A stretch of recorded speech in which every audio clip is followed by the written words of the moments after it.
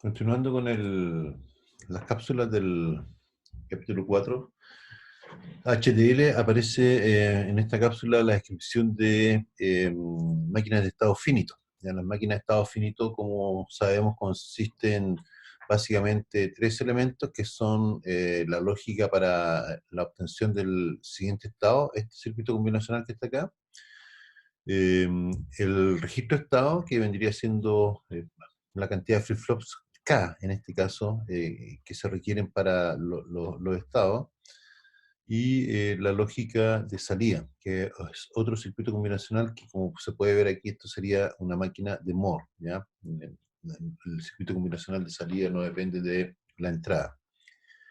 Y entonces la forma de hacer una descripción de una máquina de estado finito, bueno, aquí aparece el estado inicial, S0 pasa a S1, de S1 pasa a S2 y de S2 pasa a S0, digamos, como el clásico contador o divisor por 3, ¿ya?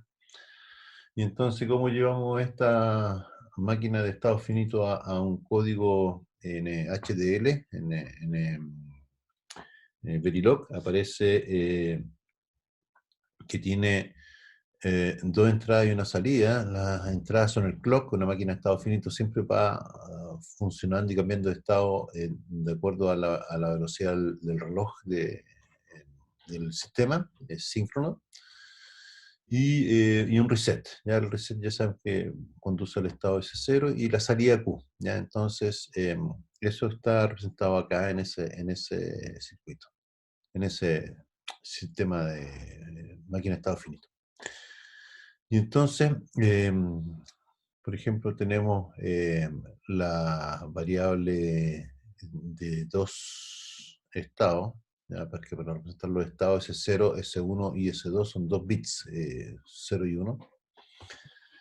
Y el tipo de estado va a ser el estado actual y el siguiente estado, ¿ya? Este es el estado, el siguiente estado y este es el estado actual, ¿ya? Por lo tanto, esas son las variables de ese tipo de estado. Y vamos a ver que el registro de estado, este que está acá, va a ejecutar esta sentencia que está aquí, el if, cuando se produce un flanco de subida del clock o cuando se produce un flanco de subida del reset. Esto vendría siendo un reset asíncrono.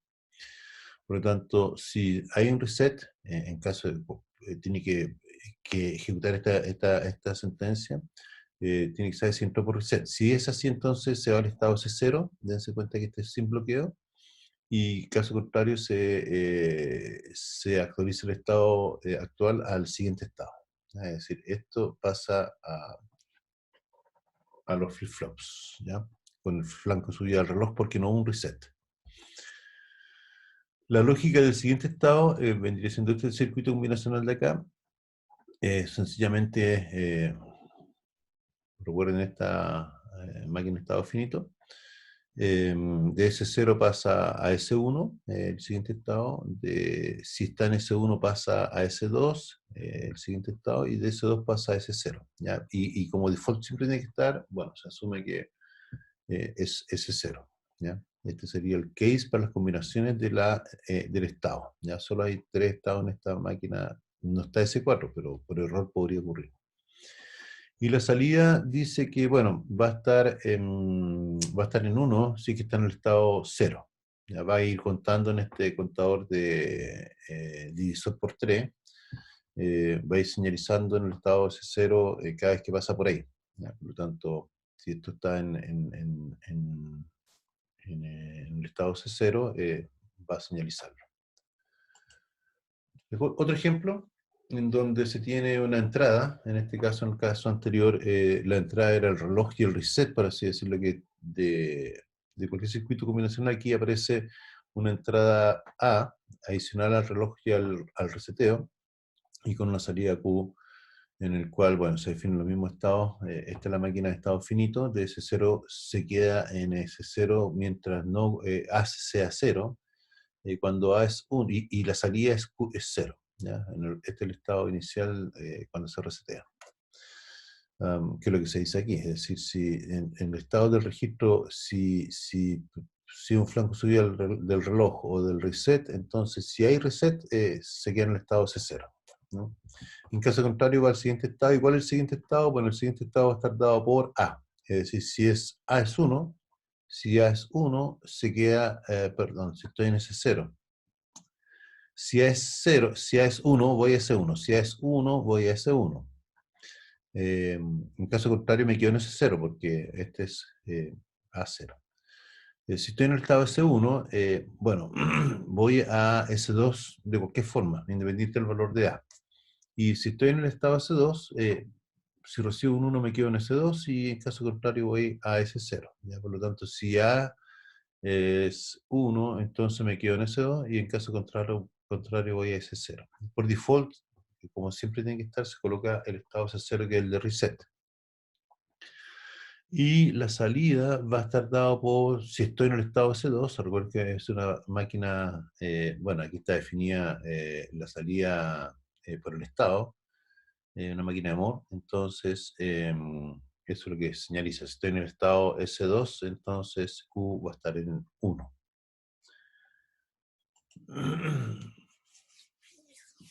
Bueno, esto en realidad es para explicar que los módulos se pueden parametrizar.